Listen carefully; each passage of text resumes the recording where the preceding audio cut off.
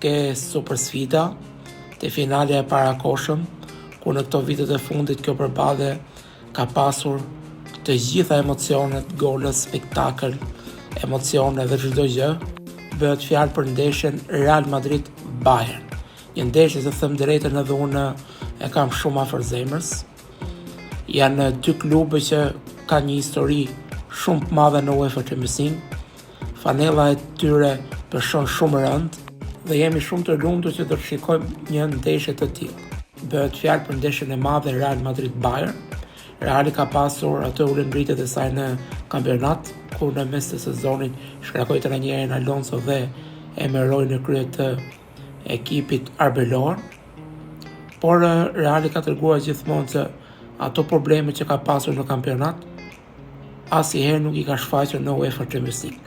Pra, në UEFA Champions League ka komplet një fytyrë tjetër, ku e tregoi edhe përballë Cityt.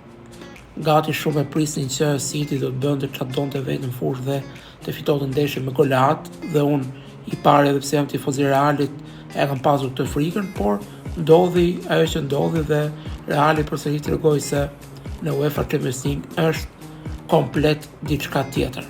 Edhe nëse ka mungesa, ka probleme në kampionat, shkakim trajneri, gjëra të tilla, në UEFA Champions League nuk I ndiko fare dhe është ai Reali I fortë që jemi mësuar duke parë gjithmonë. Ndërsa se I përket parashikimit, të thënë drejtën, nëse do të shprehim si tifoz, normalisht zemra më rre vetëm për Realin dhe do thoya që fiton Reali. Por nëse do flas si analist futbolli, siç e kam bërë gjithmonë, dhe prandaj unë kam zgjedhur që të flas drejt për gjitha ekipet dhe jo të dalë për shembull këtu se mund të hapsha edhe një adresë Real Madrid fan, edhe mund të ishte në rregull flisja vetëm për Realin dhe gëzosha vetëm respektin e tifozëve të Realit. Por unë kam zgjedhur që të gëzoj respektin e çdo lloj tifozi dhe prandaj dua të flas drejt. Kjo ndeshje si para disa viteve dhe si tani dhe kurdo që të luhet, kjo ndeshje për mendimin tim është gjithmonë 50-50.